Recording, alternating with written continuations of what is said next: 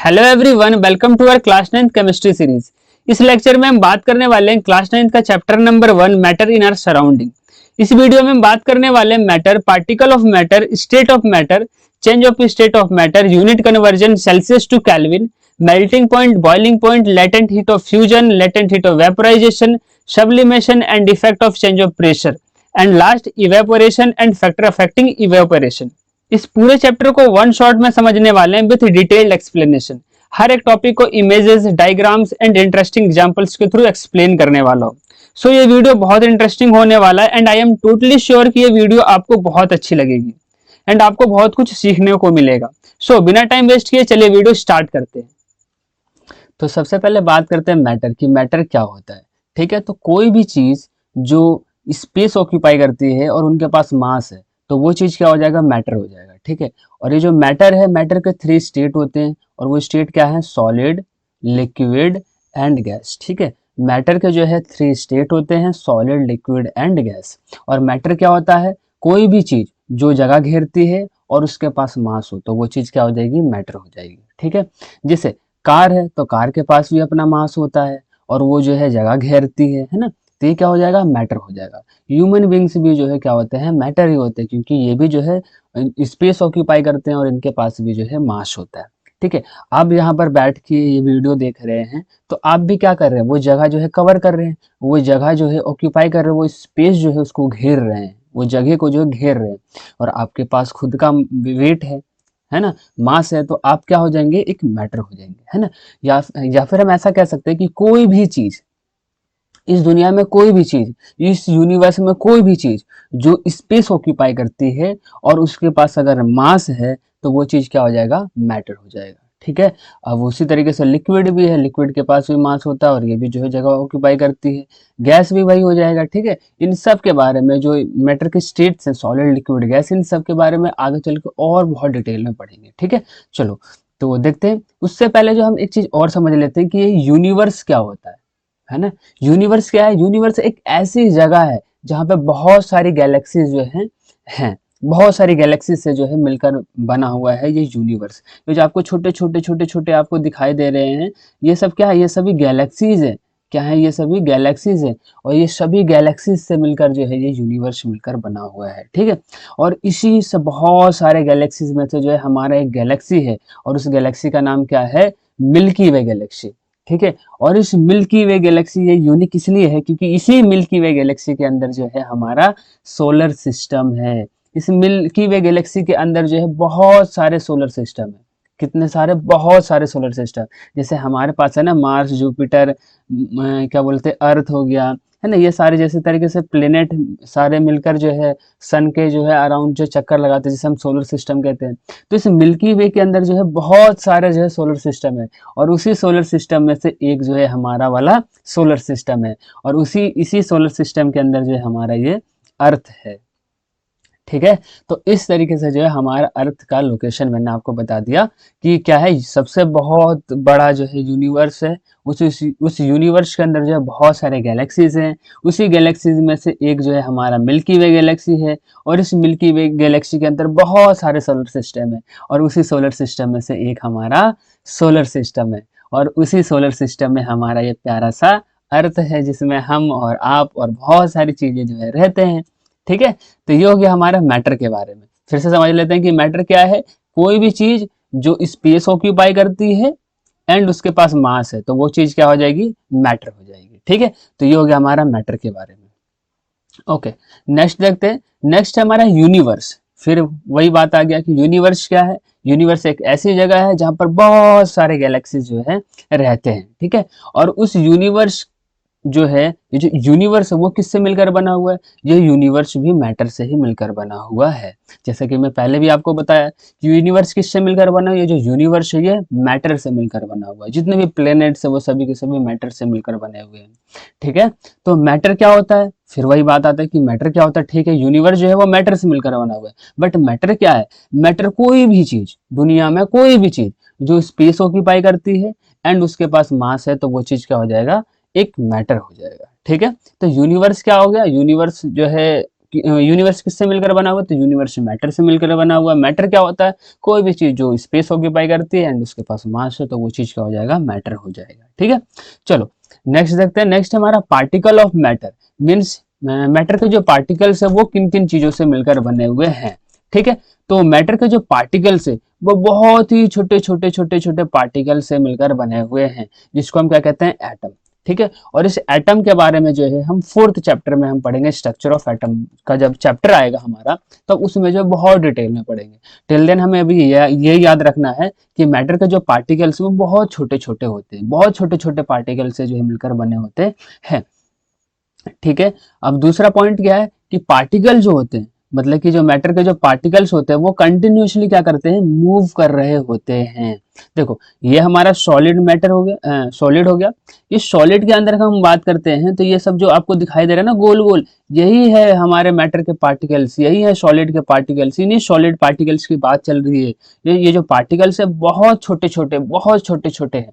ठीक है, जिसको हमने क्या नाम दिया है? एटम नाम दिया है। ठीक है, और ये एटम जो है आपस में मूव कर रहे होते हैं।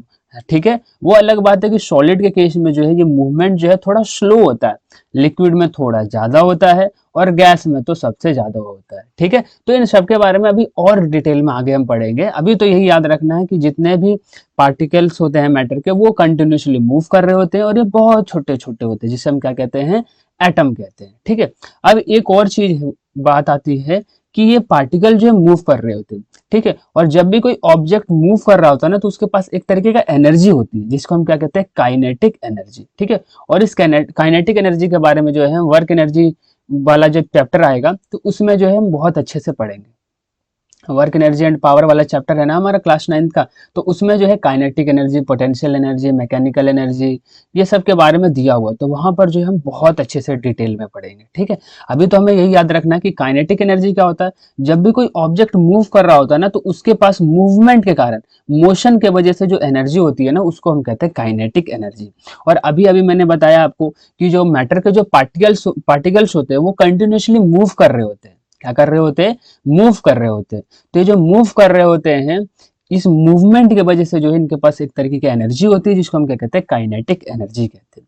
ठीक है, चलो तीसरा पॉइंट क्या है कि particle of matter have space between them. देख सकते हैं आपके इनके बीच में जो स्पेस दिखाई दे रही है। देखो ये एक पार्टिकल हो गया, ये एक पार्टिकल हो गया, इनके बीच में ये देखो आपको ये जो है छोटा सा जो आपको स्पेस दिखाई दे रहा होगा। ठीक है, उसी तरीके से गैस में देख लेते हो तो गैस में जो है ये स्पेस थोड़ा और ज्यादा होता है, और सॉरी लिक्विड में जो होता है ये स्पेस थोड़ा और ज्यादा होता है, और गैस में अगर हम बात करते हैं तो इसमें तो स्पेस और भी ज्यादा होता है। ठीक है, तो यहाँ पर हमने क्या सीखा कि जो पार्टिकल्स होते हैं मैटर के वो कंटिन्यूसली मूव कर रहे होते हैं, ये बहुत छोटे होते हैं और इनके बीच में जो होता है स्पेस होता है।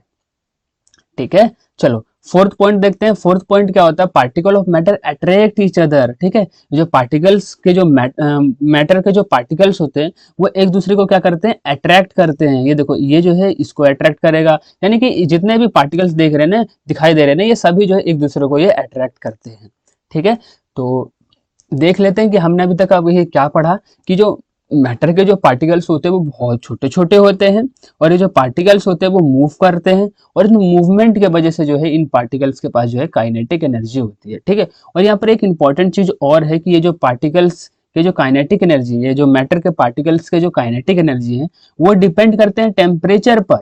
अब इसको समझ लेते हैं कि ये टेम्परेचर पर कैसे डिपेंड करते हैं। जैसे मान लीजिए कि आपने जो है किसी सॉलिड को हीट किया, हीट करने से क्या होता है कि जो सॉलिड के जो पार्टिकल्स है वो मूव करने लग जाते हैं, बहुत तेज तेज घूमने लगते हैं, और जब कोई स्पीड बढ़ जाएगी, किसी पार्टिकल की स्पीड बढ़ जाएगी, तो उनकी स्पीड बढ़ेगी तो उनकी काइनेटिक एनर्जी बढ़ जाएगी। तो इस वजह से जो है यहाँ पर लिखा हुआ है कि जो टेम्परेचर जब इंक्रीज होती है तो काइनेटिक एनर्जी बढ़ती है। Means kinetic energy is directly proportional to temperature. Means temperature बढ़ा है तो काइनेटिक एनर्जी बढ़ेगा, और अगर टेम्परेचर घटा है तो काइनेटिक एनर्जी कम हो जाएगा। ठीक है, तो ये हमने देख लिया यहाँ पर कि पार्टिकल जो है वो कंटिन्यूसली मूव कर रहे होते हैं, और ये जो मूवमेंट के कारण जो एनर्जी होती है इन पार्टिकल्स के पास, उनको हम कहते हैं काइनेटिक एनर्जी, और ये जो काइनेटिक एनर्जी है टेम्परेचर पर डिपेंड करता है।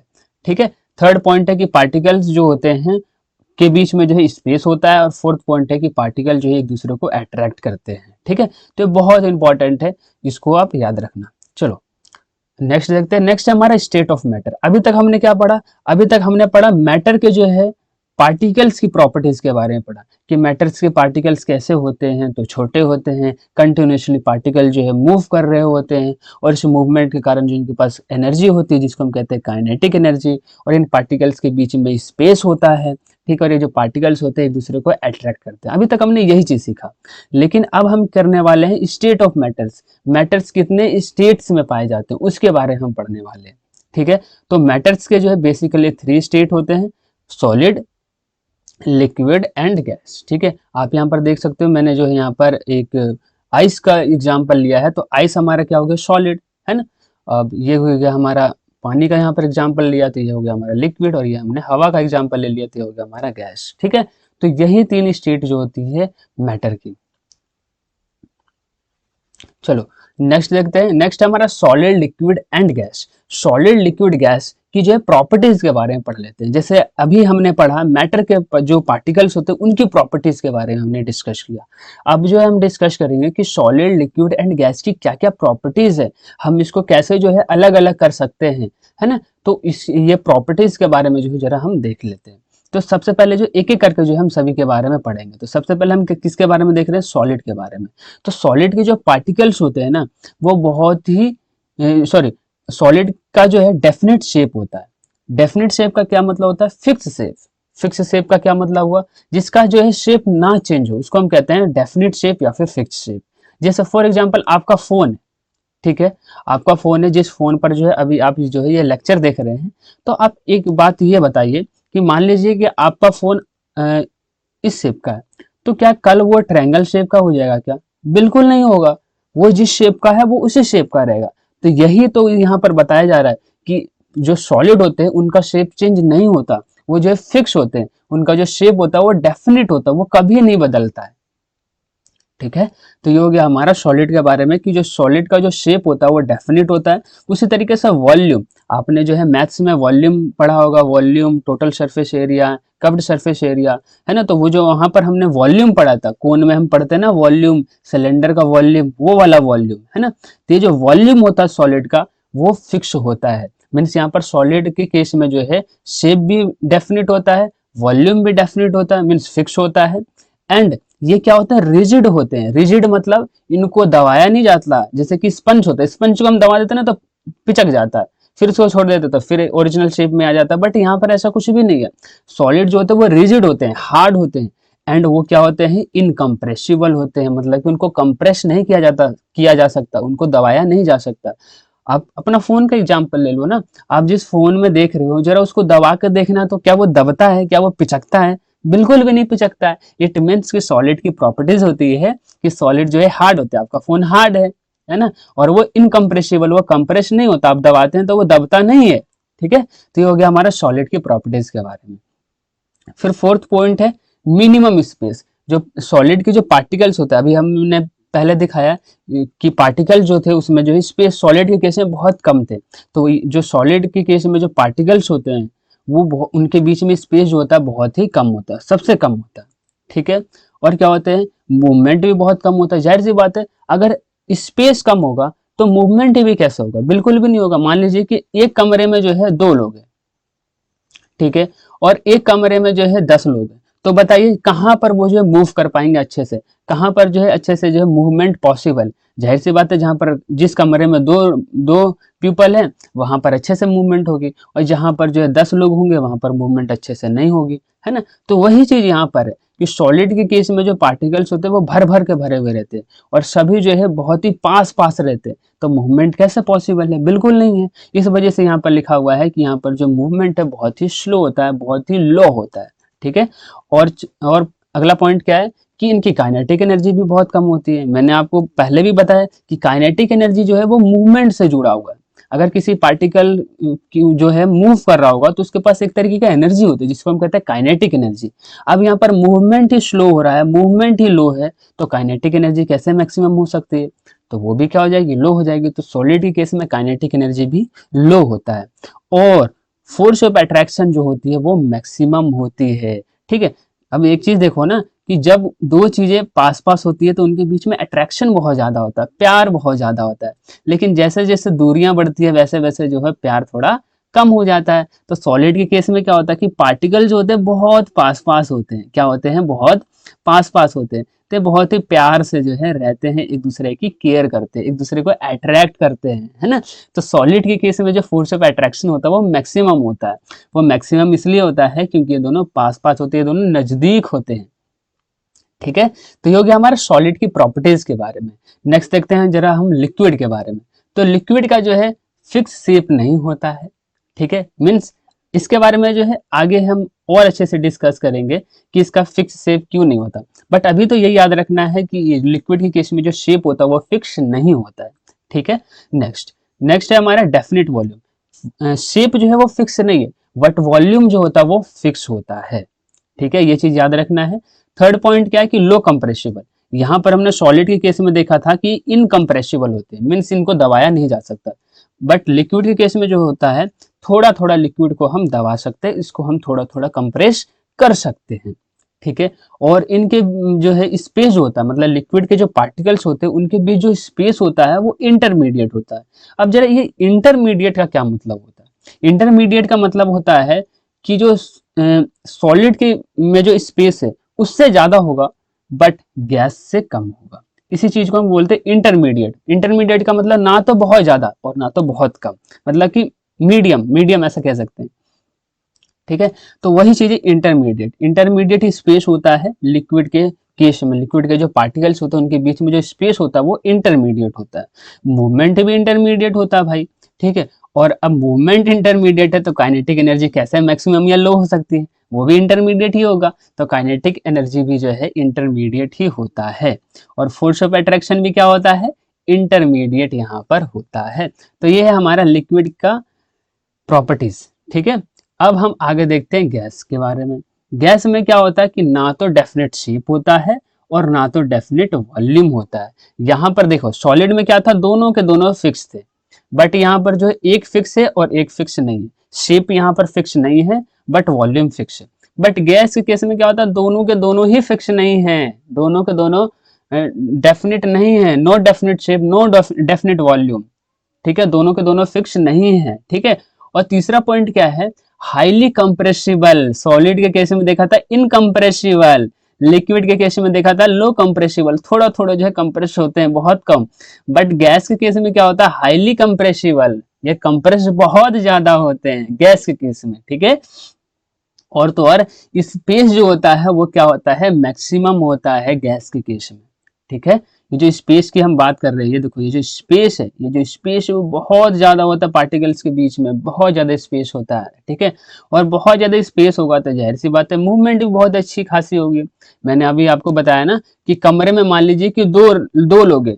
अब दो लोग हैं तो स्पेस बहुत ज्यादा होगा, और अगर स्पेस बहुत ज्यादा होगा तो वहां पर मूवमेंट भी तो बहुत अच्छी खासी होगी ना। तो इस वजह से जो है यहाँ पर मूवमेंट जो है बहुत अच्छी होती है, क्योंकि इनके बीच में स्पेस बहुत ज्यादा होता है, पार्टिकल के बीच में स्पेस बहुत ज्यादा होता है। अब मैंने बताया कि भाई मूवमेंट से जो है काइनेटिक एनर्जी जुड़ा हुआ है, तो अगर मूवमेंट मैक्सिमम है तो काइनेटिक एनर्जी कैसे लो हो सकती है? तो यहाँ पर काइनेटिक एनर्जी भी बहुत मैक्सिमम होता है, मैक्सिमम होता है। ठीक है, और इसके बाद जो है ये बहुत अच्छा है, वो जो कि समझने वाली बात भी है कि यहाँ पर फोर्स ऑफ अट्रैक्शन बहुत ही लो होता है। एक देख लो, एक यहाँ पर है, दूसरा यहाँ पर है। अब तुम ही सोचो, क्या इनके बीच में फोर्स ऑफ अट्रैक्शन लग रहा होगा? क्या ये एक दूसरे को केयर कर रहे होंगे एज कम्पेयर टू दिस, जहां पर ये पार्टिकल्स बहुत पास पास थे? है ना, बिल्कुल भी नहीं, क्योंकि इनके बीच में स्पेस बहुत ज्यादा है। अब इनके बीच में स्पेस बहुत ज्यादा है तो पार्टिकल जो है एक दूसरे को अट्रैक्ट कैसे करेंगे? बिल्कुल भी नहीं करेंगे, है ना, क्योंकि इन दोनों के बीच में दूरियां बहुत ज्यादा हो गई हैं, और जब दूरियां बहुत ज्यादा हो जाती है तो फोर्स ऑफ अट्रैक्शन कम हो जाता है, ये नॉर्मल सी बात है। ठीक है, तो गैस के केस में हमने क्या देखा कि फिक्स शेप नहीं होता, नहीं तो फिक्स वॉल्यूम होता है, हाई कंप्रेसिबल होते हैं, मैक्सिमम स्पेस होता है, मैक्सिमम मूवमेंट होता है, मैक्सिमम काइनेटिक एनर्जी होता है, and low force of attraction between the particles होता है। ठीक है, तो ये बहुत अच्छे से हमने देख लिया सॉलिड, लिक्विड एंड गैस के प्रॉपर्टीज के बारे में। ठीक है, ये बहुत इंपॉर्टेंट है। ठीक है, ये एग्जाम में पूछे जाते हैं कि बताइए सॉलिड के प्रॉपर्टीज क्या क्या हैं, या लिक्विड के प्रॉपर्टीज क्या क्या हैं, या फिर गैस के प्रॉपर्टीज क्या क्या हैं, या फिर आपसे सॉलिड एंड लिक्विड का पूछ ले, या फिर तीनों का पूछ लेगा, ऐसा भी होता है। ठीक है, तो ये जो है बहुत इंपॉर्टेंट है, इसको एक एक पॉइंट को जो है आप याद रखना और एक एक पॉइंट को आप लिख देना, ये ऐसा ही। ठीक है, कोई भी मार्क्स आपके नहीं काट सकता, क्योंकि ये बहुत अच्छे तरीके से लिखे हुए हैं, है ना। सब चीज को मैंने कवर किया, हर एक एनसीईआरटी का लाइन बाय लाइन पढ़ के जो है मैं ये नोट्स बनाता हूँ। ठीक है, ये पीपीटी प्रिपेयर करता हूँ, उसके बाद फिर मैं ये लेक्चर डिलीवर करता हूँ। ठीक है, तो जो भी मैं बताता हूँ वो बहुत अच्छा है, और पूरा एनसीईआरटी को पढ़ने के बाद जो है ये जो है वीडियो में बनाता हूँ। ठीक है, तो आप अगर क्वेश्चन आता है सॉलिड लिक्विड गैस की प्रॉपर्टीज को लिखने के लिए, तो आप जो ये अच्छे से लिख सकते हैं। ठीक है, अच्छा, यहाँ पर एक और चीज मैं बताना आपको भूल गया, मैंने यहाँ पर जो है ना रबर बैंड का एग्जांपल लिया है ना। ये रबर बैंड क्यों लिया है, ये बेसिकली जो रबर बैंड है ना वो एक्सेप्शन है। एक्सेप्शन हर जगह होता है, उसी तरीके से एक्सेप्शन नहीं है। अब मैंने क्या बोला कि सॉलिड का जो शेप जो होता है वो फिक्स होता है, बट यहाँ पर सॉलिड ये जो रबर बैंड होते हैं उनका शेप जो होता है वो फिक्स तो नहीं होता है। इसको अगर हम खींच देंगे तो ये लंबे हो जाएंगे, और लंबे हो गए तो इनका तो शेप बदल गया ना, है ना। तो इस तरीके से हम कह सकते हैं कि जो सॉलिड का जो केस होता है उस केस में ये एक्सेप्शन होता है रबड़। ठीक है, रबर। ठीक है, तो ये जो रबड़ बैंड होते हैं, या फिर जो लड़के यूज करते हैं अपने बालों में, बालों को बांधने के लिए, वो उस रबड़ की बात कर रहा हूँ मैं।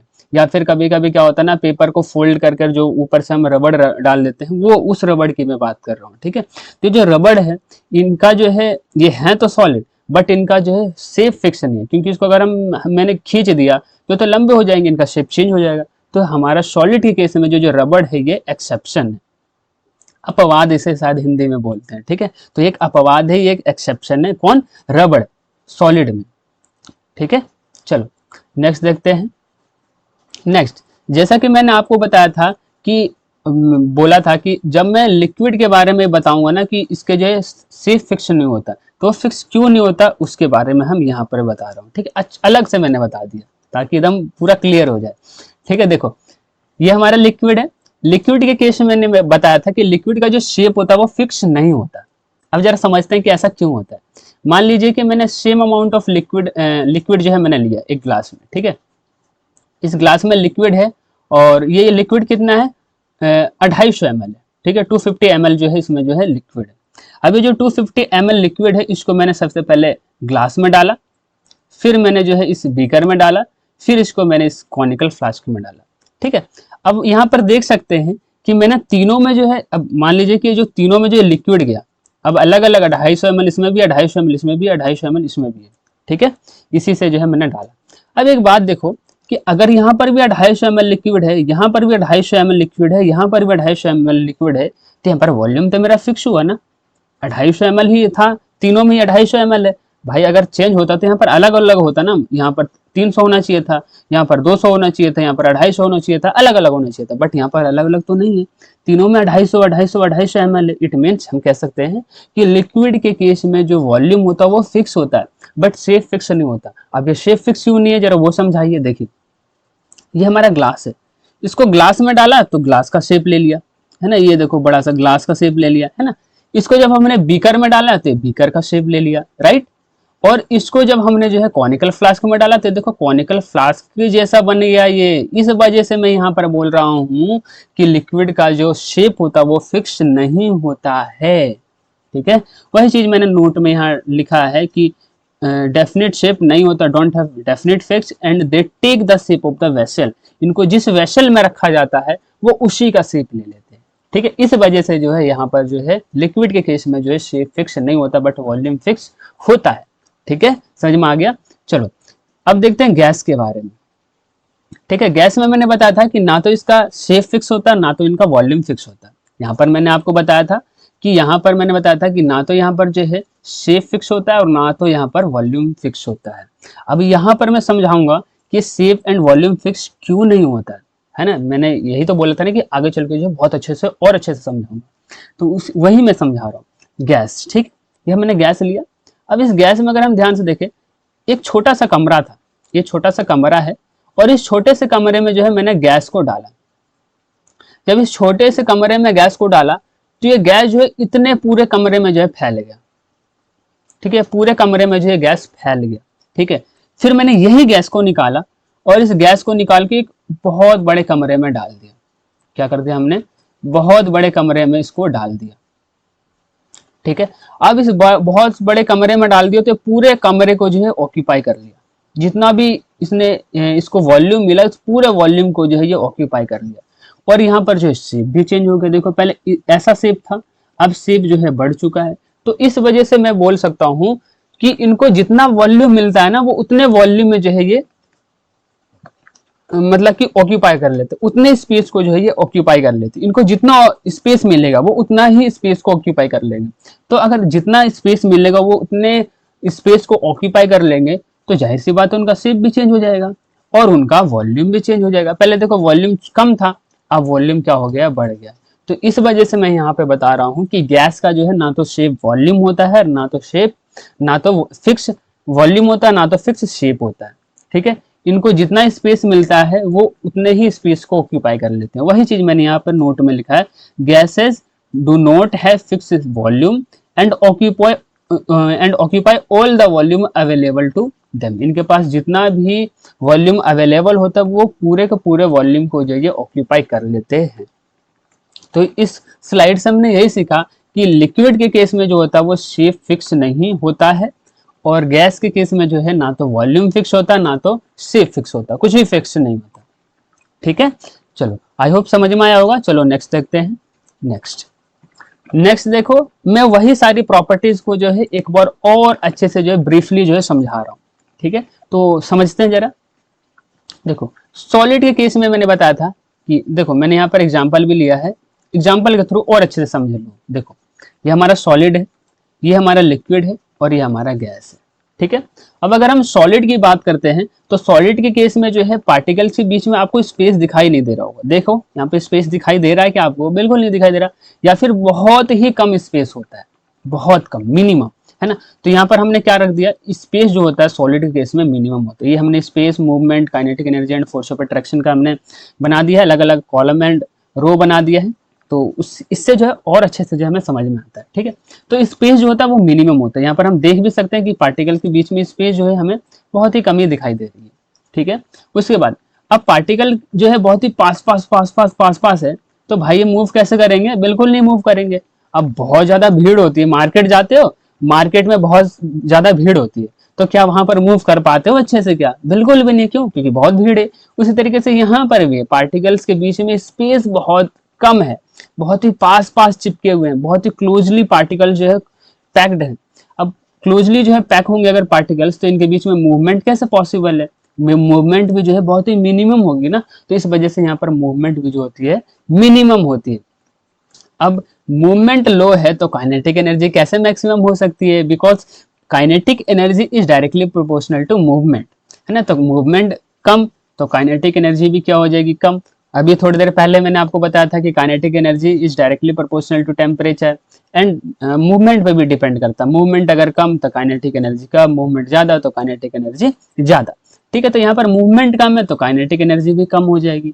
अब फोर्स ऑफ अट्रैक्शन मैक्सिमम, मैं अभी अभी आपको बता के आया हूँ कि जब दो लोग पास पास होते हैं तो उनके बीच में प्यार मोहब्बत बहुत ज्यादा होता है, ये वो एक दूसरे की केयर बहुत ज्यादा करते हैं, तो इस वजह से यहाँ पर फोर्स ऑफ अट्रैक्शन भी ज्यादा होता है। किसमें? In case of solid. Solid के जो पार्टिकल्स होते हैं इनके बीच में फोर्स ऑफ अट्रैक्शन ज्यादा होता है, क्योंकि पार्टिकल्स जो होते हैं वो बहुत ही पास पास होते हैं।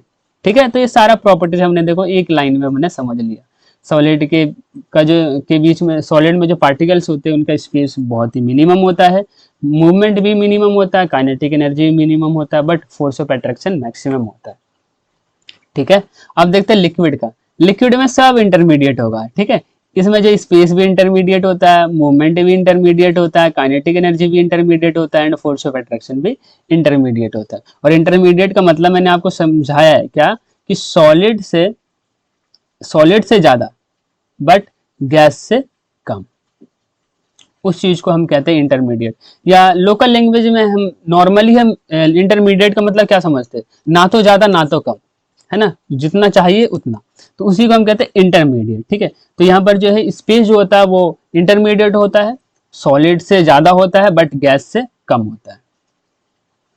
ठीक है, सॉलिड से ज्यादा स्पेस होता है बट गैस से कम होता है। उसी तरीके से मूवमेंट की बात करते हैं तो सॉलिड से तो ज्यादा होता है बट गैस से कम होता है।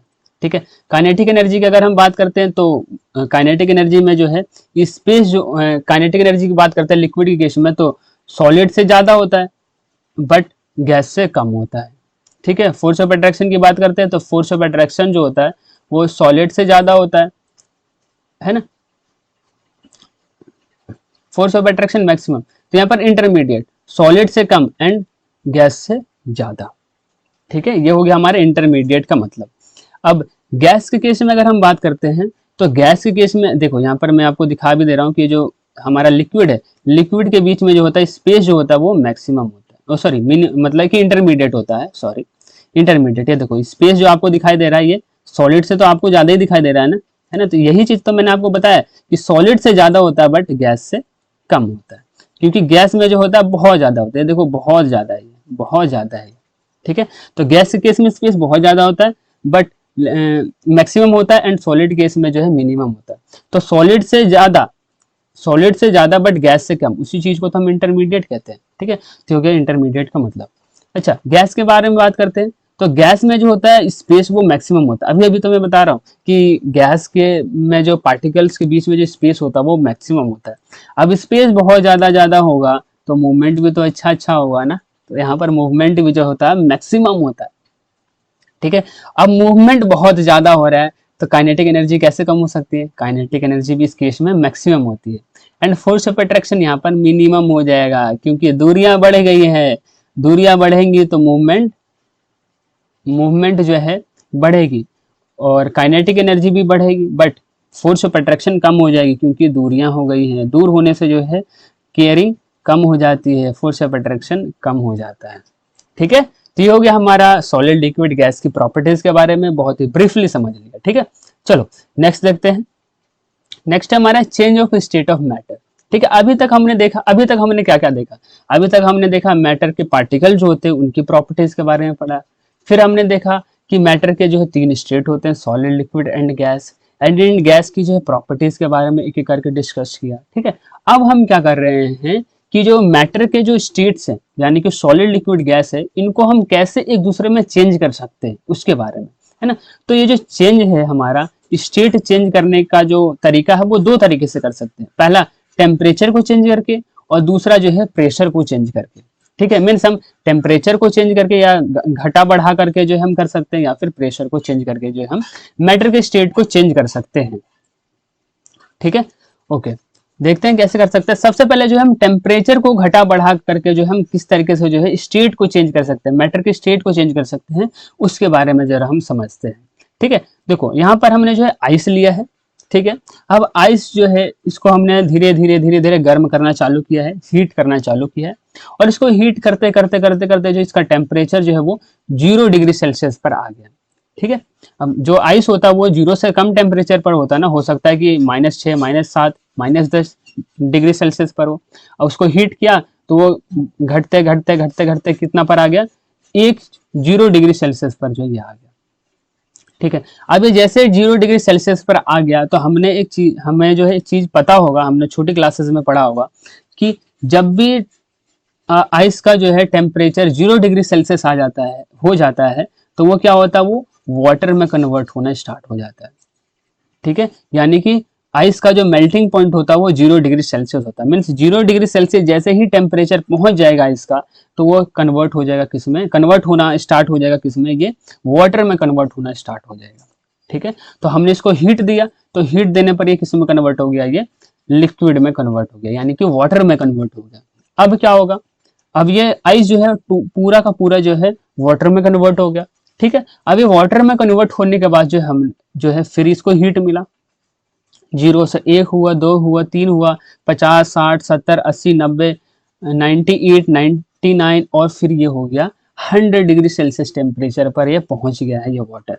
ठीक है, अब ये जैसे ही 100 डिग्री सेल्सियस पर ये वाटर पहुंचेगा, अब क्या होगा, ये वाटर भी अब कन्वर्ट होना स्टार्ट हो जाएगा किसमें, गैस में, यानी कि वेपर्स में, वाटर के वेपर्स बनना स्टार्ट हो जाएगा। यहाँ पर जो भाप, जिसे हम लोकल लैंग्वेज में बोलते हैं भाप, इसमें से भाप निकलना चालू हो जाएगा, वेपर्स निकलना चालू हो जाएगा। ठीक है, और ये वेपर्स में कन्वर्ट हो जाएंगे, है ना। तो इसको हमने हीट दिया तो वेपर्स में कन्वर्ट हो गए। तो यहाँ पर हमने देखा कि ये क्या था, सॉलिड में था, सॉलिड को हमने लिक्विड में कन्वर्ट कर दिया हीट देकर। क्या करके, हीट देकर जो है हमने जो है आइस को जो है वाटर में कन्वर्ट कर दिया, और जब हमने वाटर को जो हीट दिया तो वो किस में कन्वर्ट हो गया, गैस में कन्वर्ट हो गया। इट मीन्स यहाँ पर जो स्टेट का जो है चेंज हुआ, पहले वो सॉलिड में था, फिर लिक्विड में कन्वर्ट हो गया, फिर वो गैस में कन्वर्ट हो गया, और वो कन्वर्ट हुआ कैसे है, हमने जब इसको हीट दिया है, मीन्स टेम्परेचर को चेंज किया है। सब क्या किया हमने यहाँ पर, टेम्परेचर को बढ़ाया है। जब हम टेम्परेचर को इंक्रीज किए तो सॉलिड लिक्विड में कन्वर्ट हो गया, एंड लिक्विड जो है गैस में कन्वर्ट हो गया। तो वही यही चीज तो हम यहाँ पर पढ़ रहे हैं कि मैटर के जो स्टेट्स है उसको कैसे एक दूसरे से चेंज कर सकते हैं। पहले ये चीज सॉलिड में था, सॉलिड से लिक्विड में कन्वर्ट हो गया, और लिक्विड से फिर ये गैस में कन्वर्ट हो गया। ठीक है, तो इस तरीके से जो है हम टेम्परेचर को इंक्रीज करके जो है स्टेट को जो है चेंज कर सकते हैं। टेम्परेचर को इंक्रीज या डिक्रीज करके जो है टेम्परेचर को स्टेट को जो है चेंज कर सकते हैं। ठीक है, अब मैं यहाँ पर एक वर्ड इस्तेमाल कर रहा हूँ, इंक्रीज करके या फिर डिक्रीज करके। अभी हमने इंक्रीज वाला केस तो देखा, डिक्रीज वाला केस जरा समझाना। अच्छा, अब यहाँ पर जो है ना धीरे धीरे टेम्परेचर में कम कर रहा हूँ, तो टेम्परेचर अगर कम करूंगा तो ये क्या होगा, गैस के जो पार्टिकल्स वो पास पास आ जाएंगे, और पास पास आकर जो है लिक्विड में कन्वर्ट हो जाएंगे। फिर मैंने यहाँ पर टेम्परेचर कम किया, भाई आप क्या करते हैं, फ्रिज में रखते हो ना वाटर, तो फ्रिज में जब वाटर रखते हो तो वो किस में कन्वर्ट होता है, जरा बताना, आइस में कन्वर्ट होता है, बर्फ में कन्वर्ट होता है। तो फ्रिज जो है करता क्या है, फ्रिज जो है वाटर का जो टेम्परेचर वो कम करता है, और कम कर कर जो है वो आइस में कन्वर्ट कर देता है। तो इस तरीके से हम कह सकते हैं कि टेम्परेचर को, तो यहाँ पर गैस से किस में कन्वर्ट हो गया वापस, फिर सॉलिड में कन्वर्ट हो गया, आइस में कन्वर्ट हो गया। तो इस तरीके से हम कह सकते हैं कि टेम्परेचर को इंक्रीज करके या फिर डिक्रीज करके जो है हम मैटर के स्टेट को चेंज कर सकते हैं। ठीक है, तो यही था। चलो नेक्स्ट देखते हैं। नेक्स्ट हमारा unit conversion Celsius to Kelvin है ना। अब हम क्या करने वाले हैं, ये बहुत इंपॉर्टेंट है। ये इंपॉर्टेंट इसलिए क्योंकि एग्जाम में क्वेश्चन आते हैं इस वजह से। केल्विन में आपको टेम्परेचर दे देगा, उसको बोलेगा कि इसको कन्वर्ट कीजिए डिग्री सेल्सियस में, तो आपको आना चाहिए। या फिर आपको जो है टेम्परेचर जो है वो डिग्री सेल्सियस में दे देगा, आपको बोलेगा कि इसको जो है केल्विन में कन्वर्ट कीजिए, तो आपको आना चाहिए। ठीक है, चलो तो हमें जो ये याद रखना है, ये अपने आप ही याद हो जाएगा। कैसे याद होगा ये भी समझाता हूँ। देखो, temperature in Kelvin is equal to temperature in degree Celsius plus में 273 डिग्री, ये होता है हमारा फॉर्मूला। ठीक है, अब ये फॉर्मूला कैसे बनेगा, बहुत ही सिंपल है ये। देखो, हमने जो है सिंपल से जो है लीनियर इक्वेशन तो पढ़ा था, है ना, इन वन वेरिएबल वाला। ठीक है, तो अब क्या करेंगे, यहाँ पर temperature in Kelvin is equal to temperature in degree Celsius plus में 273 डिग्री है। ये सिंपल से इक्वेशन है ना, सिंपल सा इक्वेशन है। तो अब क्या करेंगे, इसको जो है हम क्या करेंगे, इसको जो है हम इधर कर देंगे। इसको जब हम इधर करेंगे तो इक्वल टू जो साइन है उससे अगर हम इधर लेके आते हैं तो ये क्या हो जाता है, जो प्लस वाला चीज होता है वो माइनस में कन्वर्ट हो जाता है। एग्री करते हो, बिल्कुल। तो एग्री करते हो, तो ये प्लस वाला है, ये प्लस में 273 डिग्री 273 है, तो ये जो नंबर जब इधर जाएगा तो माइनस में कन्वर्ट हो जाएगा। तो वही चीज यहाँ पर लिखा हुआ है, temperature in degree Celsius equal to temperature in Kelvin minus में 273। ठीक है, तो ये चीज याद रखना है। ठीक है, तो temperature in Kelvin is equal to temperature in degree Celsius plus में 273 प्लस में एंड दूसरा इक्वेशन क्या है, temperature in degree Celsius is equal to temperature in Kelvin minus में 273 होता है। ठीक है, चलो अब क्या करते हैं, अगर आपको अभी भी समझ में नहीं आया तो मैंने एनसीईआरटी का क्वेश्चन लिया है, दो क्वेश्चन लिया है। एक क्या बोलते हैं, सेल्सियस डिग्री में कन्वर्ट करना है, और दूसरे को जो है केल्विन में कन्वर्ट करना है। ठीक है, तो सबसे पहले एग्जांपल लेते हैं, 300 केल्विन को जो है किस तरीके से जो है डिग्री सेल्सियस में कन्वर्ट करेंगे। ठीक है, तो मैंने आपको फॉर्मूला बताया था कि temperature in degree Celsius equal to temperature in Kelvin minus में 273 होता है। अब क्या करेंगे, ये जो 300 है ना उसको हम केल्विन की जगह रखेंगे, यहाँ पर रखो। तो यहाँ पर जैसे ही रखेंगे तो temperature in degree Celsius is equal to 300, ये 300 केल्विन था तो 300 हमने रख दिया, माइनस का 273 हो जाएगा। तो 300 में से 273 माइनस होगा तो कितना बच जाएगा, तो 27 डिग्री सेल्सियस। ठीक है, तो माइनस करने के बाद जो आएगा वही हमारा क्या हो जाएगा, टेम्परेचर इन डिग्री सेल्सियस हो जाएगा। ठीक है, तो 300 केल्विन को अगर हम टेम्परेचर डिग्री सेल्सियस में अगर हम कन्वर्ट करेंगे तो वो कितना हो जाएगा, 27 डिग्री सेल्सियस हो जाता है। ठीक है, दूसरा एग्जांपल है 573 केल्विन को जो है हमें डिग्री सेल्सियस में कन्वर्ट करना। कुछ नहीं करना भाई, इसको जो है यहाँ पर पटक दिया, पटका तो यहाँ पर क्या हो जाएगा, 573 हो जाएगा माइनस में 273। इसको जब हम माइनस करेंगे तो यहाँ पर क्या आ जाएगा, 300 डिग्री सेल्सियस। तो टेम्परेचर इन डिग्री सेल्सियस कितना हो जाएगा, 300 डिग्री सेल्सियस हो जाएगा। ठीक है, तो ये हो गया हमारा क्वेश्चन नंबर 1 कंप्लीट। अब दूसरा क्वेश्चन है हमारा, convert the following temperature to Kelvin scale. Means आपको जो है डिग्री सेल्सियस में दिया हुआ है, अब इस डिग्री सेल्सियस को जो है केल्विन में कन्वर्ट करना है। अच्छा, एक और चीज मैं आपको बताना भूल गया कि जो टेम्परेचर इन केल्विन होता है ना, ये ऐसा यूनिट है, टेम्परेचर की ऐसा यूनिट होती है। जैसे हमने एनर्जी में हम पढ़ते हैं कि एनर्जी की जो ऐसा यूनिट होती है वो जूल होती है। ठीक है, उसी तरीके से जो है यहाँ पर जो है टेम्परेचर की जो ऐसा यूनिट होती है वो, जैसे कि लेंथ की जो यूनिट होती है, ऐसा यूनिट होती है वो मीटर होती है, और या फिर वेट की जो ऐसा यूनिट होती है वो केजी होती है। उसी तरीके से जो यहाँ पर टेम्परेचर की यूनिट जो होती है, ऐसा यूनिट होती है, वो केल्विन होती है। ठीक है, ओके। तो यहाँ पर हम क्या कर रहे हैं कि डिग्री सेल्सियस को जो हम केल्विन में कन्वर्ट कर रहे हैं। तो कैसे कन्वर्ट करेंगे जरा देखो, फॉर्मूला मैंने बताया था कि temperature in Kelvin is equal to temperature in degree Celsius plus में 273 होता है। कुछ नहीं करना, यहाँ पर जो डिग्री सेल्सियस वाला जो है ना, उसको यहाँ पर हम रख देंगे, रख दो भाई यहाँ पे। तो कितना था 25, तो यहाँ पर 25 हो गया, प्लस में 273। इसको जब हम जोड़ेंगे तो कितना हो जाएगा 298 केल्विन। मीन्स 25 डिग्री सेल्सियस जो होता है वो केल्विन स्केल पे कितना होता है, 298 केल्विन होता है। ठीक है, ओके। दूसरा क्वेश्चन क्या है, 573 डिग्री सेल्सियस को जो है आपको केल्विन में कन्वर्ट करना है। कैसे करेंगे, कुछ नहीं करना, यहाँ पर ये जो डिग्री सेल्सियस है उसको जो हम यहाँ पर रखेंगे, यहाँ पर हमने रख दिया। उसके बाद जो प्लस 273 किया और इसको जो हमने ऐड किया तो ये क्या हो गया 846 केल्विन, मतलब कि 840 केल्विन के बराबर होगा। तो इस तरीके से जो है हम टेम्परेचर इन डिग्री सेल्सियस को जो है केल्विन में कन्वर्ट कर सकते हैं, एंड केल्विन को जो है हम डिग्री सेल्सियस में कन्वर्ट कर सकते हैं। ठीक है, चलो नेक्स्ट देखते हैं। नेक्स्ट है हमारा melting point and latent heat of fusion. इसको बहुत अच्छे से समझना, ठीक है, बहुत कंफ्यूजन होता है बच्चों को, जरा अच्छे से समझो। देखो मेल्टिंग पॉइंट क्या होता है, मेल्टिंग पॉइंट एक ऐसा टेम्परेचर होता है, मेल्टिंग पॉइंट होता है क्या है पहले ये समझो। मेल्टिंग पॉइंट एक ऐसा टेम्परेचर होता है, क्या होता है, ऐसा टेम्परेचर होता है जिस टेम्परेचर पे क्या, जिस टेम्परेचर पर कोई सॉलिड मेल्ट होना स्टार्ट होता है, उसी को हम क्या कहते हैं, मेल्टिंग पॉइंट। मैं आपको जब पीछे जब समझा रहा था स्टेट ऑफ मैटर को कैसे चेंज करते हैं, तो वहां पर मैंने आपको एक चीज बोला था कि ये जो आइस था हमारा वो -10 डिग्री सेल्सियस पर था, इसको हमने हीट किया तो टेम्परेचर जो है कम होना स्टार्ट हो गया, मतलब कि बढ़ना स्टार्ट हो गया। 10 degree Celsius, 9 degree Celsius, 8 degree Celsius, 7 degree Celsius, 0, -2, -1 and then 0 degree Celsius पर आ गया था। और जैसे ही 0 डिग्री सेल्सियस पर ये आइस आया था, वो किस में कन्वर्ट होना स्टार्ट हो गया था, ये जो है लिक्विड में कन्वर्ट होना स्टार्ट हो गया था। तो ये जो 0 डिग्री सेल्सियस है ना, यही 0 डिग्री सेल्सियस इस आइस का मेल्टिंग पॉइंट हो गया। मीन्स जिस टेम्परेचर पर, तो कौन सा टेम्परेचर, 0 डिग्री सेल्सियस पर, 0 डिग्री सेल्सियस जो हो गया इस आइस का जो है मेल्टिंग पॉइंट हो गया। जिस टेम्परेचर पर कोई सॉलिड जो है लिक्विड में कन्वर्ट होना स्टार्ट होता है, उसी को हम कहते हैं मेल्टिंग पॉइंट।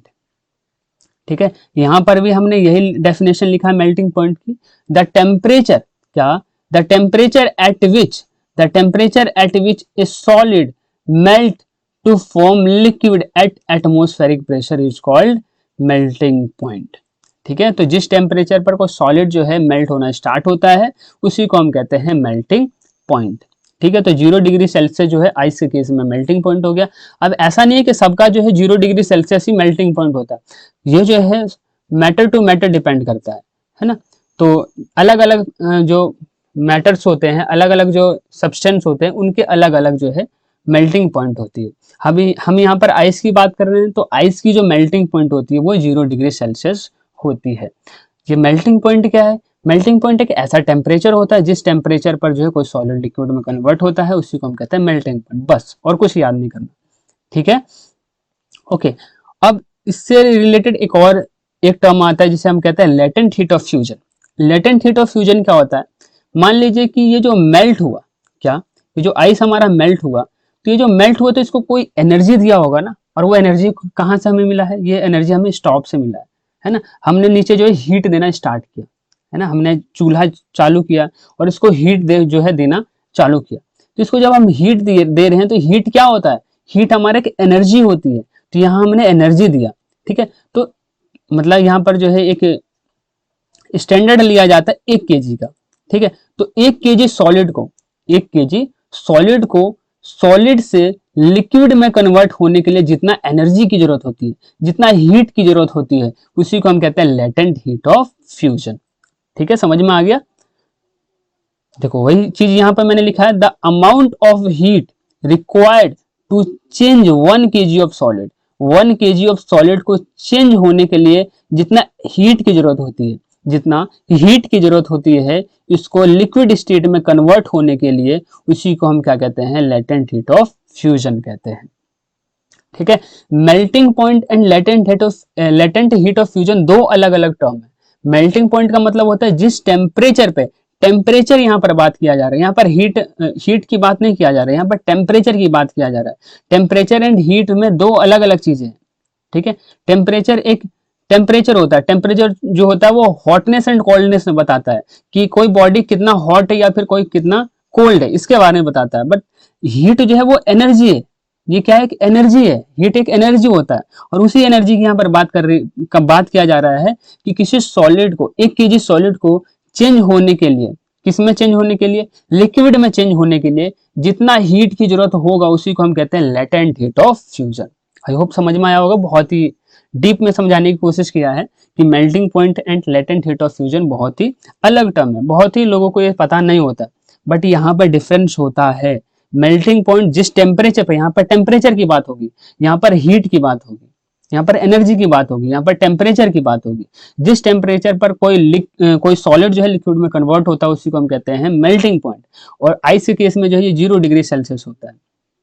और लेटेंट हीट ऑफ फ्यूजन क्या होता है, जितना हीट की जरूरत होगी 1 kg सॉलिड को लिक्विड में कन्वर्ट होने के लिए, उसी को हम कहते हैं लेटेंट हीट ऑफ फ्यूजन। ठीक है, अच्छा ये जो यहाँ पर लिक्विड जो है, यहाँ पर जो सॉलिड है, यहाँ पर जो आइस ये जो लिक्विड में कन्वर्ट हो रहा है, इसी को हम कहते हैं क्या, है ना, तो ये इसी को हम कहते हैं मेल्टिंग पॉइंट। मीन जिस टेम्परेचर पर कोई सॉलिड जो है लिक्विड में कन्वर्ट होना स्टार्ट होता है उसी को हम कहते हैं मेल्टिंग पॉइंट। ठीक है, चलो नेक्स्ट देखते हैं। नेक्स्ट है हमारा बॉइलिंग पॉइंट। ठीक है, अभी हमने देखा मेल्टिंग पॉइंट। मेल्टिंग पॉइंट क्या होता है, जिस टेम्परेचर पर कोई सॉलिड लिक्विड में कन्वर्ट होता है उसी को हम कहते हैं मेल्टिंग पॉइंट। एंड वहां पर हमने देखा था लेटेंट हीट ऑफ फ्यूजन। क्या देखा था हमने, लेटेंट हीट ऑफ फ्यूजन देखा था। लेटेंट हीट ऑफ फ्यूजन हमने यहाँ पर देखा था कि लेटेंट हीट ऑफ फ्यूजन क्या होता है, जितना एनर्जी की रिक्वायरमेंट होगी 1 kg सॉलिड को लिक्विड में कन्वर्ट होने के लिए, उसी को हम कहते हैं लेटेंट हीट ऑफ फ्यूजन। यहाँ पर अलग है, यहाँ पर है बॉइलिंग पॉइंट। बॉइलिंग पॉइंट में हमने जब स्टेट को जो हम चेंज कर रहे थे, मैटर की स्टेट को जो हम चेंज कर रहे थे टेम्परेचर को इंक्रीज एंड डिक्रीज करके, तब मैंने वहां पर बताया था कि 0 डिग्री सेल्सियस पर जो है आइस जो है वो किस में कन्वर्ट होने स्टार्ट हो जाएगा, लिक्विड में जो है कन्वर्ट होना स्टार्ट हो गया। ठीक है, तो अब ये जो है लिक्विड में कन्वर्ट हो गया।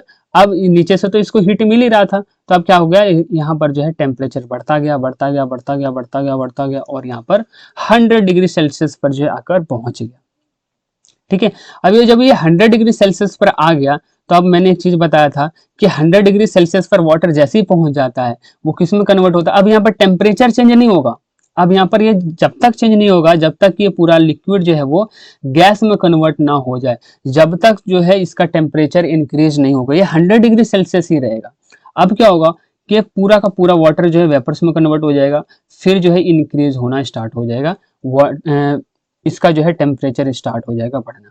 ठीक है, तो जिस टेम्परेचर पर, यहाँ पर भी वही टेम्परेचर की बात हो रही है कि जिस टेम्परेचर पर कोई लिक्विड जो है वेपर्स में कन्वर्ट होता है उसी टेम्परेचर को हम कहते हैं बॉइलिंग पॉइंट। वहां पर हम देख रहे थे मेल्टिंग पॉइंट, जिस टेम्परेचर पर कोई सॉलिड लिक्विड में कन्वर्ट होता है उस टेम्परेचर को हम कहते थे मेल्टिंग पॉइंट।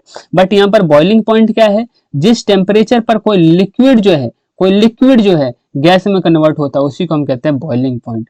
और वाटर के केस में जो है वाटर का जो बॉइलिंग पॉइंट होता है वो कितना होता है, 100 डिग्री सेल्सियस होता है। ठीक है, डेफिनेशन देख लेते हैं। The temperature at which a liquid boils to form vapours at atmospheric pressure is called boiling point. जिस टेम्परेचर पर कोई लिक्विड जो है बॉइल होकर वेपर्स में कन्वर्ट होना स्टार्ट होता है उसी को हम कहते हैं बॉइलिंग पॉइंट। ठीक है, और वाटर के केस में बॉइलिंग पॉइंट कितना होता है, 100 डिग्री सेल्सियस होता है। ठीक है, चलो लेटेंट हीट ऑफ वेपराइजेशन देखते हैं। लेटेंट हीट ऑफ वेपराइजेशन भी जो है लेटेंट हीट ऑफ फ्यूजन के जैसा ही है, बट यहाँ पर थोड़ा सा जो है डिफरेंस आ जाता है। वो क्या है, लिक्विड को, 1 kg लिक्विड को गैसियस स्टेट में कन्वर्ट होने के लिए जितना हीट की जरूरत होती है, वहां पर भी हीट की जरूरत हो रही थी, वहां पर भी एनर्जी की जरूरत हो रही थी, और ये जो एनर्जी था वो कौन दे रहा था, ये गैस दे रहा था। गैस हमने चालू किया तो यहाँ पर हीट निकलना स्टार्ट हो गया, ये हमें एनर्जी दे रहा है। इसी एनर्जी की वजह से जो है ये गैस में जो है कन्वर्ट हो रहा है, लिक्विड गैस में कन्वर्ट हो रहा है, और वहां पर सॉलिड जो है वो लिक्विड में कन्वर्ट हो रहा था। ठीक है, तो यही 1 kg, मान लीजिए कि जो इस वाटर का जो वेट है वो 1 kg है, तो इस 1 kg वाटर को इसके गैस में कन्वर्ट होने के लिए, भाई इसको गर्म करेंगे तो वेपर्स में कन्वर्ट होगा ना, भाप बनेगा ना, तो जो वेपर्स में कन्वर्ट होने के लिए इस लिक्विड को जितना हीट की जरूरत थी, हीट की जरूरत है, एनर्जी की जरूरत है, उसी को हम क्या कहते हैं, लेटेंट हीट ऑफ वेपराइजेशन। ठीक है, तो ये हमारा boiling point and latent heat of vaporisation. Boiling point क्या होता है, जिस टेम्परेचर पर कोई लिक्विड जो है वेपर्स में कन्वर्ट होता है उसको हम कहते हैं boiling point. And latent heat of vaporisation क्या होता है, जितना अमाउंट ऑफ एनर्जी की जरूरत होती है 1 kg लिक्विड को उसके गैस में कन्वर्ट होने के लिए, उसको हम कहते हैं लेटेंट हीट ऑफ वेपराइजेशन। ठीक है, चलो एक और चीज, ये जो बॉइलिंग पॉइंट हमने यहाँ पर देखा, इस प्रोसेस को इस प्रोसेस को जो है ना हम कहते हैं वेपराइजेशन। क्यों वेपराइजेशन कहते हैं, क्योंकि ये जो है वेपर्स में कन्वर्ट हो रहा है। ठीक है, ये इसको मैं इसलिए बोल रहा हूं कि इसको हम वेपराइजेशन कहते हैं, क्योंकि हम आगे चलकर जो है ना एक चीज पढ़ेंगे, उस चीज का नाम क्या है, इवेपोरेशन। क्या हम पढ़ने वाले, इवेपोरेशन। तो इवेपोरेशन एंड वेपराइजेशन दो अलग अलग चीजें होती है। वेपराइजेशन क्या होता है, जब कोई लिक्विड जो है वो क्या बोलते हैं, बॉइलिंग पॉइंट पर गैस में कन्वर्ट होना स्टार्ट होता है, उसको हम कहते हैं वेपराइजेशन। एंड इवेपोरेशन अलग चीज है जो कि हम आगे चल के हम समझेंगे। ठीक है, तो अभी इस प्रोसेस को हम क्या कहेंगे, इस प्रोसेस को हम कहेंगे है वेपराइजेशन। क्या हम कहेंगे, वेपराइजेशन कहेंगे। क्यों कहेंगे इसको वेपराइजेशन, क्योंकि जो वाटर है वो गैस में कन्वर्ट हो रहा है। ठीक है, जब कोई लिक्विड जो है गैस में कन्वर्ट होता है एट बॉइलिंग पॉइंट, तो उसको हम कहते हैं वेपराइजेशन। अभी हमें यही याद रखना। ठीक है, चलो तो हमने देख लिया बॉइलिंग पॉइंट क्या होता है, जिस टेम्परेचर पर कोई लिक्विड जो है वेपर्स में कन्वर्ट होता है उसी को हम कहते हैं बॉइलिंग पॉइंट, और इस प्रोसेस को हम क्या कहते हैं, वेपराइजेशन कहते हैं। ये जो प्रोसेस हुआ, ये जो वाटर गैस में कन्वर्ट हुआ, उसको हम कहते हैं vaporisation. And latent heat of vaporisation क्या होता है, amount of heat required to change 1 kg of liquid to its gaseous state is called the latent heat of vaporisation. ठीक है, चलो नेक्स्ट देखते हैं। नेक्स्ट है हमारा सब्लिमेशन। ठीक है, सब्लिमेशन भी बहुत ही अच्छा है, मजा आएगा ये टॉपिक को समझने में। देखो अब यहाँ पर क्या है ना कि सॉलिड जो है ना, क्या हमारा जो ये सॉलिड है वो डायरेक्टली किस में कन्वर्ट हो जाएगा, गैस में कन्वर्ट हो जाएगा। लिक्विड फेज में ये आएगा ही नहीं, ये डायरेक्ट जो है ये सॉलिड किस में कन्वर्ट हो जाएगा, गैस में कन्वर्ट हो जाएगा। ऐसा चीज भी कुछ होता है क्या, बिल्कुल होता है। आपने कैम्फर देखा होगा, कपूर देखा होगा। अब जब आप इस कैम्फर को, कपूर को जब आप जलाते हो तो क्या होता है, जलाने पर क्या होता है कि ये डायरेक्टली, क्या ये लिक्विड में कन्वर्ट होता है क्या, जब अरे यार जब हम पूजा पाठ करते हैं तो यहाँ पर जो है ना ये इस तरीके से जो है ना कपूर रखते हैं ना, और उस कपूर को हम जलाते हैं, राइट। जब हम जलाते हैं तो क्या यहाँ पर कोई लिक्विड विक्विड आती है क्या, लिक्विड आती है क्या, बिल्कुल भी नहीं आती। तो डायरेक्ट जो है ये सॉलिड जो वो कन्वर्ट, ये जलते रहता है और ये एकाएक जो है फिर क्या हो जाता है, खत्म हो जाता है ना। तो इट मीन्स यहाँ पर क्या हुआ, सॉलिड जो है डायरेक्टली किस में कन्वर्ट हो गया, गैस में कन्वर्ट हो गया, है ना। इसका एक और एग्जांपल है ड्राई आइस। ड्राई आइस के केस में भी यही होता है कि जब ये ड्राई आइस ये सॉलिड में होता है और इसको जब हम बाहर निकालते हैं तो डायरेक्टली जो है ये किस में कन्वर्ट हो जाता है, गैस में कन्वर्ट हो जाता है। यहाँ पर देखो वेपर्स दिखाई दे रहे हैं व्हाइट व्हाइट कलर के। ठीक है, तो ड्राई आइस एंड कैम्फर जो है ये सब्लिमेशन के जो है एग्जाम्पल है। ये दोनों ही क्या होते हैं, डायरेक्टली जो है सॉलिड से किस में कन्वर्ट हो जाते हैं, गैस में कन्वर्ट हो जाते हैं। या फिर सब्लिमेशन सिर्फ इसको नहीं कहते, सॉलिड को गैस में कन्वर्ट होने को हम सिर्फ सब्लिमेशन नहीं कहते। अगर कोई गैस भी अगर डायरेक्टली जो है सॉलिड में कन्वर्ट हो रहा है तो उसको भी जो है हम सब्लिमेशन ही कहेंगे। ठीक है, डेफिनेशन देख लेते हैं। The change of solid directly to its vapours without going through a liquid phase, बिना लिक्विड फेज में गए, लिक्विड फेज में गया ही नहीं, और बिना लिक्विड फेज में गए जो है सॉलिड अगर कोई गैस में कन्वर्ट हो जाता है या फिर गैस जो है डायरेक्टली सॉलिड में कन्वर्ट हो जाता है तो इस प्रोसेस को हम क्या कहते हैं, सब्लिमेशन कहते हैं। ठीक है, और सब्लिमेशन के मैंने दो एग्जांपल दे दिया, ड्राई आइस एंड कैम्फर। और नेक्स्ट जो है एक और एग्जांपल है जो जिसे हम क्या कहते हैं, अमोनियम क्लोराइड। हमारे एनसीईआरटी में जो है इसका एग्जांपल दिया हुआ है। अमोनियम क्लोराइड NH4Cl, ये अमोनियम क्लोराइड होता है। यहाँ पर अगर हम देखते हैं, यहाँ पर एक्सपेरिमेंट करके भी दिखाया गया है। यहाँ पर हमने बर्नर ले लिया है जिसमें से क्या निकलेगी, हीट निकलेगी। यहाँ पर हमने एक चाइना डिश ले लिया इस तरीके से, और एक जो है हमने कॉनिकल फ्लास्क ले लिया। उस कॉनिकल फ्लास्क को जो है हमने उल्टा करके इस तरीके से जो है ढक दिया इसमें, ठीक है। अब क्या होगा, इसमें जो है हमारा ये चाइना डिस्क है और इसमें जो हमारा अमोनियम क्लोराइड रखा हुआ। अब क्या किया हमने, इसको हीट करना स्टार्ट किया। क्या किया हमने, हीट करना स्टार्ट किया। जैसे ही हमने इसको हीट करना स्टार्ट किया तो ये लिक्विड फेज में आया ही नहीं है, डायरेक्टली जो है वेपर्स में कन्वर्ट होना स्टार्ट हो गया। किस में कन्वर्ट हो गया, वेपर्स में कन्वर्ट होना स्टार्ट हो गया। तो इस तरीके से हम कह सकते हैं कि अमोनियम क्लोराइड भी जो है ये क्या है, एक सब्लिमेबल सब्सटेंस है, मतलब कि डायरेक्टली जो है ये सॉलिड से जो है ये गैस में कन्वर्ट होता है, ठीक है। और इसको जब हम, इसका वेपर्स जब ठंडे हो गए तो फिर से जो है ये क्या हो गया, अमोनियम क्लोराइड जो है ये सॉलिडिफाइड हो गया, मतलब कि अमोनियम क्लोराइड में कन्वर्ट हो गया, है ना। तो इस यही चीज तो मैं पहले बता रहा था कि अगर कोई सॉलिड जो है वो गैस में कन्वर्ट हो रहा है, या फिर अगर गैस जो है वो सॉलिड में कन्वर्ट हो रहा है, तो इन दोनों ही केस में जो है हम क्या कहेंगे कि सब्लिमेशन हुआ है, सब्लिमेशन प्रोसेस हुआ है। तो सब्लिमेशन का डेफिनेशन क्या है, अगर कोई सॉलिड जो है गैस में कन्वर्ट होता है, या फिर गैस जो है सॉलिड में कन्वर्ट होता है, तो इसको हम कहते हैं सब्लिमेशन। एग्जांपल हमने दे दिया है dry ice, camphor and ammonium chloride, ठीक है। चलो, तो ये हो गया हमारा सब्लिमेशन के बारे में। नेक्स्ट देखते हैं effect of change of pressure. अभी तक हमने देखा था कि टेम्परेचर को चेंज करके जो किस तरीके से जो है मैटर के स्टेट को चेंज कर सकते हैं, बट अब हम देखते हैं प्रेशर को, किस तरीके से जो प्रेशर को चेंज करके जो है हम स्टेट को चेंज कर सकते हैं उसके बारे में। देखो, हम जो है सिलेंडर तो देखा ही होगा। अब सिलेंडर के अंदर जो होता है वो जो गैस होता है वो किस फॉर्म में होता है, लिक्विड फॉर्म में होता है। जब हम इस सिलेंडर को हिलाते हैं तो यहाँ पर जो है ना लिक्विड सा कुछ आवाज आता है ना, तो इट मीन्स हम समझ जाते हैं कि अंदर जो है ये लिक्विड है। बट जब हम इस यहाँ पर एक हमारा पिस्टन लगा होता है ना, पिस्टन को थोड़ा सा दबाते हैं तो उसके अंदर से तो गैस निकलता है। फिर ये कैसे है, तो ऐसा इसलिए है कि जब इसके अंदर गैस भरा जाता है ना, क्या भरा जाता है, जब इसके अंदर गैस भरा जाता है तो इस गैस को, जब गैस भरा जाता है तो बहुत ही प्रेशर से भरा जाता है, और उस प्रेशर के वजह से क्या होता है कि जो पार्टिकल्स के बीच में, गैस के जो पार्टिकल्स होते हैं उनके बीच में जो स्पेस होता है, जो डिस्टेंस होता है वो क्या हो जाता है, कम हो जाता है, रिड्यूस हो जाता है। और रिड्यूस होने के बाद जो है वो क्या हो जाता है, फाइनली गैस जो है वो लिक्विड में कन्वर्ट हो जाता है ना।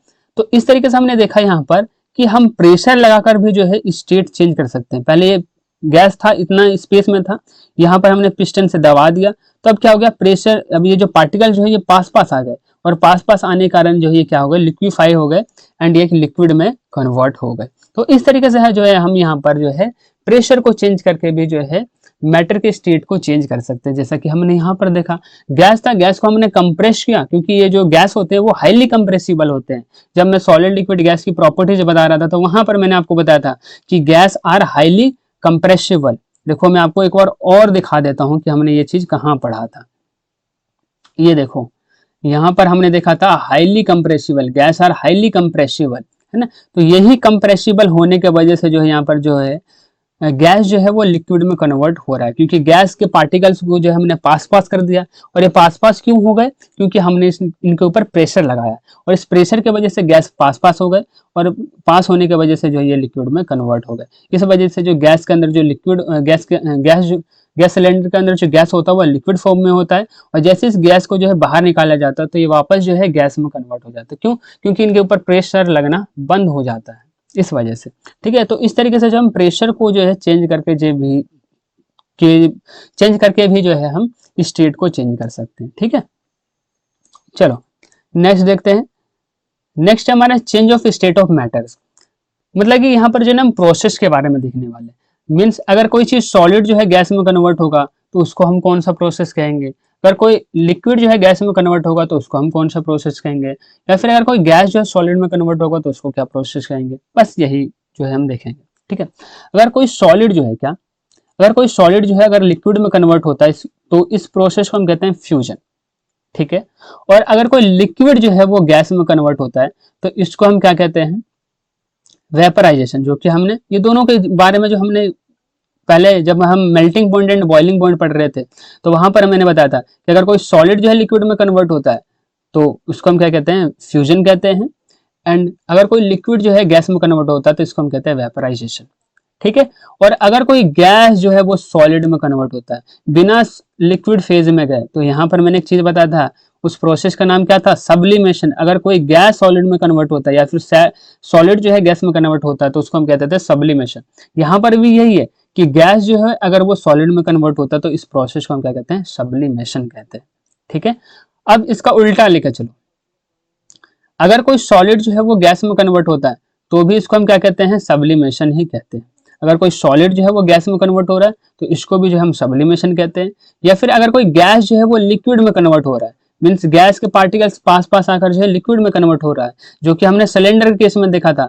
गैस को हमने जो है प्रेशर ज्यादा दिया था, और प्रेशर देने के कारण जो है पार्टिकल्स के बीच में जो स्पेस है वो कम हो गया था, और कम होने की वजह से वो लिक्विड में कन्वर्ट हो गया था। वही यहाँ पर चीज है, तो इसको हम क्या कहेंगे, कंडेंसेशन कहेंगे। मतलब कि गैस के जो पार्टिकल्स हो गए वो कंडेंस हो गए, पास पास आ गए, और पास पास आकर किस में कन्वर्ट हो गए, ये लिक्विड में कन्वर्ट हो गए। ठीक है। तो ये हो गया हमारा कंडेंसेशन। कंडेंसेशन क्या होता है, अगर कोई गैस जो है लिक्विड में कन्वर्ट होता है तो इसको हम कहते हैं कंडेंसेशन प्रोसेस। ठीक है। और अगर कोई लिक्विड जो है वो सॉलिड में कन्वर्ट होता है तो इसको हम कहते हैं सॉलिडिफिकेशन। ठीक है। लिक्विड जो है वो अगर गैस लिक्विड जो है अगर वो सॉलिड में कन्वर्ट हो रहा है, किस में कन्वर्ट हो रहा है, सॉलिड में, तो सॉलिड में अगर कन्वर्ट होगा तो इसको हम कहेंगे सॉलिडिफिकेशन। तो ये चीज मैंने इसलिए बताया है क्योंकि यहाँ पर जो है ना एग्जाम में पूछा जाता है कैसे, कि ये सब चीज मिटा देंगे, फ्यूजन मिटा देंगे, सॉलिडिफिकेशन मिटा देंगे, वेपराइजेशन, कंडेंसेशन, सब्लिमेशन, और यहाँ पर क्वेश्चन मार्क लगा देंगे।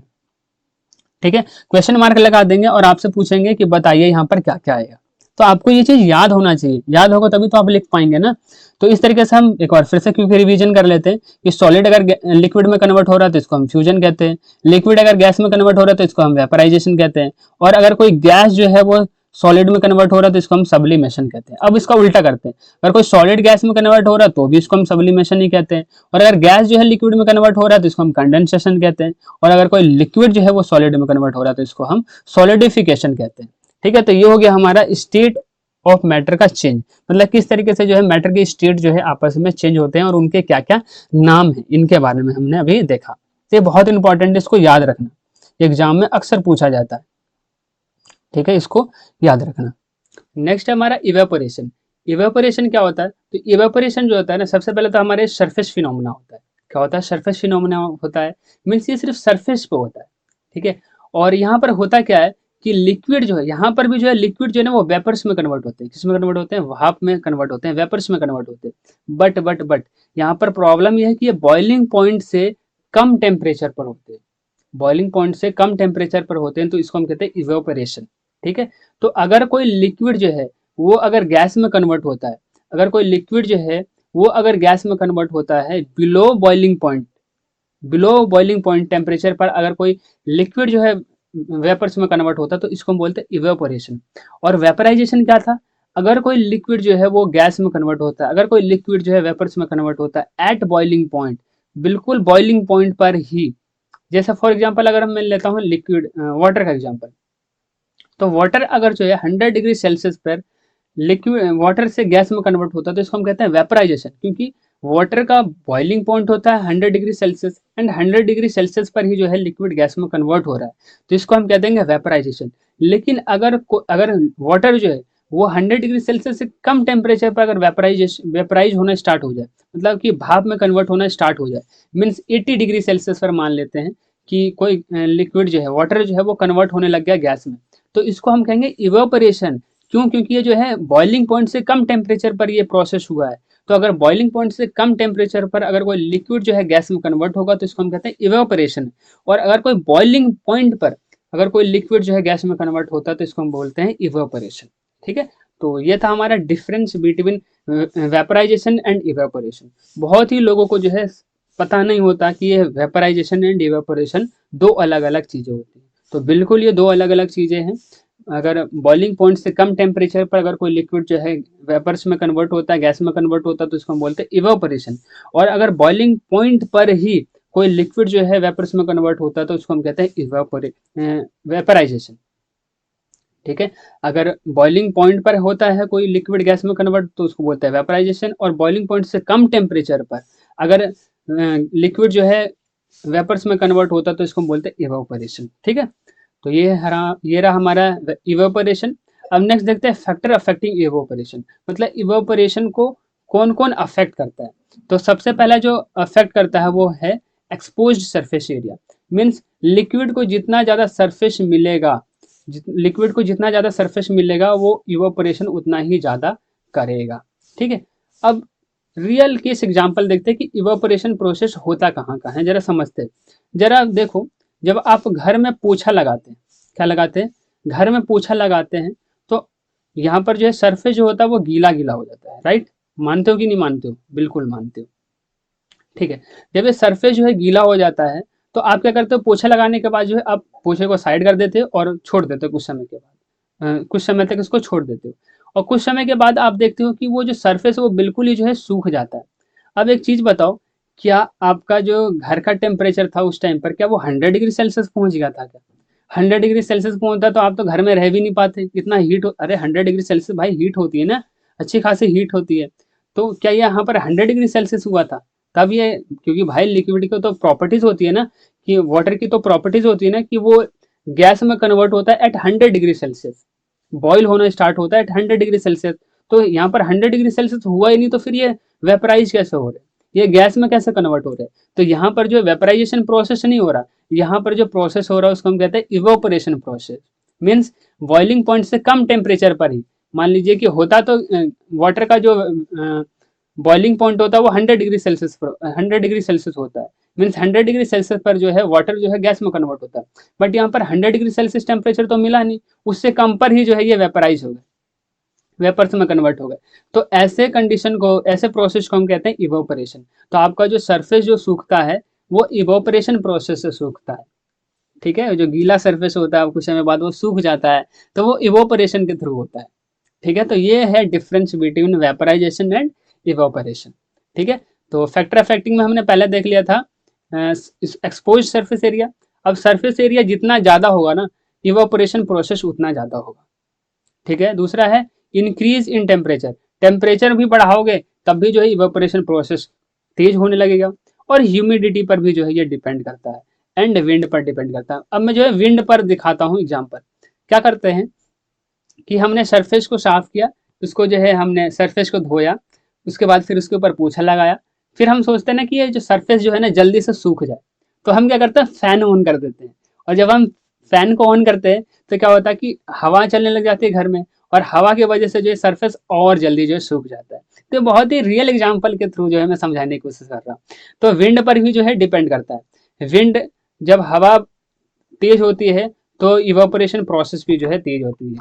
ठीक है, तो ये हो गया हमारे इवापोरेशन के बारे में कि इवापोरेशन क्या होता है। इवापोरेशन में क्या होता है कि लिक्विड जो है वो वेपर्स में कन्वर्ट होता है below boiling point, below boiling point जो है ये लिक्विड जो है वेपर्स में कन्वर्ट होता है। तो ऐसे प्रोसेस को हम कहते हैं इवापोरेशन। और इवापोरेशन का रियल एग्जांपल भी मैंने समझा दिया। और ये किस पे डिपेंड करता है, सरफेस एरिया पे डिपेंड करता है, टेम्परेचर पे डिपेंड करता है, ह्यूमिडिटी पे डिपेंड करता है, एंड लास्ट विंड पर डिपेंड करता है। ठीक है, अच्छा नेक्स्ट देखते हैं वेपराइजेशन एंड इवेपोरेशन में क्या डिफरेंस होता है। ठीक है, तो वेपराइजेशन क्या होता है, वही चीज जो मैं अभी डिफरेंस, बहुत ही लोगों को पता नहीं होता, इस डिफरेंस के बारे में बता रहा हूँ, ध्यान से समझो इसको। वेपराइजेशन क्या होता है, देखो हमने इसको हीट देना स्टार्ट किया, इसको हमने जो है वाटर को जो है हमने हीट देना स्टार्ट किया। अभी इसको हीट दिया तो किस में कन्वर्ट हो गया, गैस में कन्वर्ट हो गया। अब ये गैस में जो वाटर जो है ये जो गैस में कन्वर्ट हुआ किस टेम्परेचर पर हुआ, 100 डिग्री सेल्सियस। क्यों, क्योंकि वाटर का बॉइलिंग पॉइंट ही होता है 100 डिग्री सेल्सियस।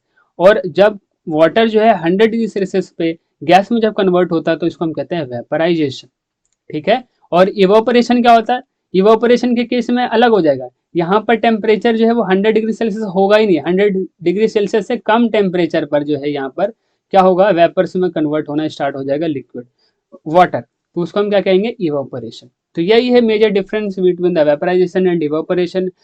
अगर बॉइलिंग पॉइंट पर अगर कोई लिक्विड जो है गैस में कन्वर्ट होता है तो इसको बोलते हैं वेपराइजेशन। और बॉइलिंग पॉइंट से कम टेम्परेचर पर अगर कोई लिक्विड जो है गैस में कन्वर्ट होता है तो इसको हम कहते हैं इवापोरेशन। सो यस, चैप्टर हो गया complete. Thank you for watching. I hope कि आपको ये वीडियो इन्फॉर्मेटिव एंड यूजफुल लगा होगा। आपको ये वीडियो कैसी लगी कमेंट बॉक्स में जरूर बताएं, एंड नेक्स्ट वीडियो किस चैप्टर पे चाहते हैं ये भी बताएं। इस चैप्टर का पीडीएफ मैंने डिस्क्रिप्शन बॉक्स में अटैच कर दिया है, तो आप उसको कलेक्ट कर लेना। तो मिलते हैं किसी नेक्स्ट वीडियो में, जब तक के लिए बाय।